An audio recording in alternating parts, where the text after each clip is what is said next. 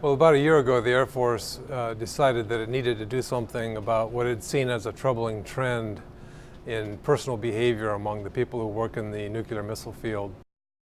And so they hired RAND, the federally funded research house, to take a look at what the attitudes and mindsets of these people are, to interview them, to survey them, to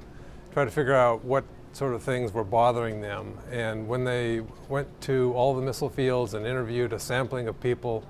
not just the launch officers, but also the people who do the security for the missile fields, as well as the maintenance people and that sort of thing, the other support people, they found that among many of them, including the people who do the launch operations, were suffering from what they considered to be burnout, which they defined as sort of a combination of mental and physical exhaustion, as well as in some cases a feeling of being trapped in their job, being unhappy in their work, that sort of thing.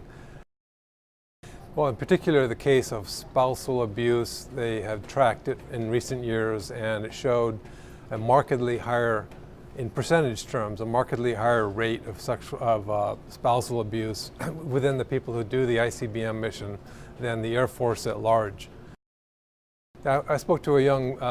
man who had just very recently, in the last couple of months, finished his 4 years as a missile operator.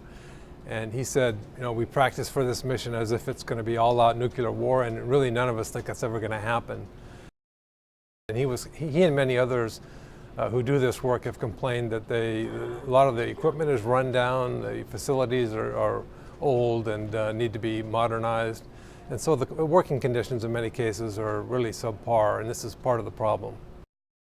Well, in one sense, I would say that they are confident,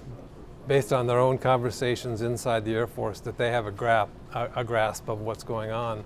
And they don't necessarily trust the insights of outsiders, whether it be the news media or people doing surveys of their own people. They think they've got a handle on the problems. They've been working on it, they've been aware of these problems for a number of years, and they've been trying to do things. Most recently, they've been trying to do things like kind of stabilize the work schedules for these people so they have more predictable times off, and to, in general, improve the working condition, and also to give more decision-making authority to lower-level people who they think that will improve morale. I guess the last thing